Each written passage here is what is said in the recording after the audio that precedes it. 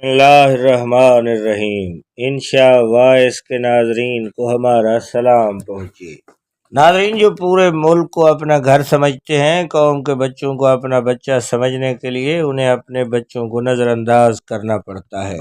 یقین جانیے کہ اگر ایسے لوگ یہ عظیم اثار نہ کریں تو سلطنت کے بڑے حصے اندھیرے میں ڈوبے رہیں۔ ایک بڑے مقصد کو سمجھنے کی خاطر ہم برصغیر پاک و ہند کے سیاستدانوں کی بیگمات پر گفتگو کر رہے ہیں۔ محمد علی جناح کی پہلی شادی ان کے بیرسٹری کے لیے لندن جانے سے قبل ہی کر دی گئی تھی۔ کم عمر طالب علم کی شریک حیات جلد دنیا سے رخصت ہو گئیں۔ قائد نے دوسری شادی 42 برس کی عمر میں کی۔ سیاست میں وقت دینا دوری کا سبب بنا۔ یہ شادی 11 سال رہی اور رتی جناح 1929 میں انتقال کر گئیں۔ ناظرین، 54 سال کی عمر کوئی زیادہ نہ تھی، لیکن بڑے مقصد کی خاطر قائد نے یہ زنجیر ایک بار پھر اپنے پاؤں میں ڈالنا مناسب نہ سمجھا۔ ناظرین، گاندھی کی بیوی نے ہر مشکل میں ان کا ساتھ دیا۔ قوم کی رہنمائی اور آزادی کے لیے ہندوستان کے باپو کو اتنا وقت دینا پڑا کہ اولاد سے توجہ ہٹ گئی۔ ان کا ایک بیٹا بگڑ گیا، جس پر بھارت میں ایک فلم گاندھی مائی فادر بنائی گئی ہے۔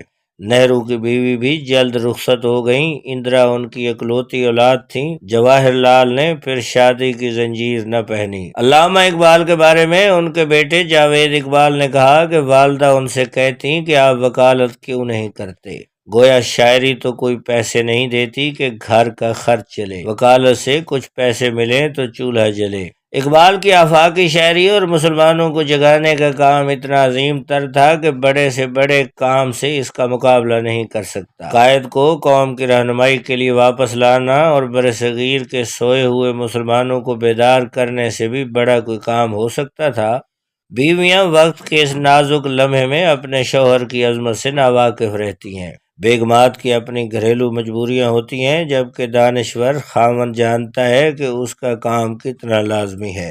مولانا مودودی کے اہلیہ نے بچے سے کہا کہ کمپاؤنڈر کو بلاؤ کہ ایک بیٹے کو انجیکشن لگانا ہے۔ وہ نہیں آیا اور کمپاؤنڈر نے کہلوا بھیجا کہ تمہارے گھر میں ڈاکٹر ہے، اس سے ٹیکہ لگوا لو۔ مولانا مودودی نے پوچھا کہ ہمارے گھر میں کون سا ڈاکٹر ہے؟ ان کی بیوی محمودہ بیگم نے کہا کہ فاروق MBBS کے تیسرے سال میں ہے۔ بیٹا ڈاکٹر بن رہا ہے، لیکن باپ کی سیاسی اور تحریکی مصروفیات اس قدر ہیں کہ گھر کے بارے میں کچھ علم ہی نہیں۔ میاں طفیل کا انتقال ہوا تو ان کے بیٹوں نے کہا کہ ہمیں تو اسکولوں میں ہمارے چچا و ماموں نے، پڑوسیوں نے داخل کروایا، والد تو جماعت اسلامی میں ہی مصروف۔ رشتہ داروں نے اندازے سے تاریخ پیدائش لکھوائی اور یوں بڑے بیٹے کو چھوٹا اور چھوٹے کو بڑا لکھوا دیا۔ اب ذرا بھارت چلتے ہیں۔ نریندر مودی تو شادی کے ابتدائی برسوں بعد ہی ازدواجی بندھن کا رسہ توڑوا کر سیاست میں آ گئے تھے۔ اس طرح اٹل بہاری واجپئی جیسے سیاستدان اور ابوالکلام جیسے سیاستدان کنوارے ہی رہے۔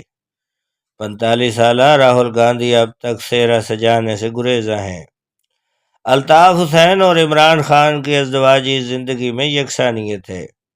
دونوں نے تاخیر سے شادی کی۔ عمران نے کرکٹ اور الطاف حسین نے MQM کے سبب۔ جب دونوں نے شادی کی تو سیاست دونوں کے ذہنوں پر سوار رہی۔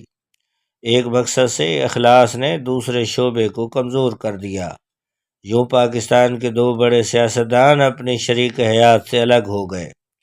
دونوں کی اولاد ان کی ماؤں کے پاس ہے، جبکہ الطاف حسین کی افزا اور عمران کی سلیمان و قاسم سے ملاقات ہوتی رہتی ہے۔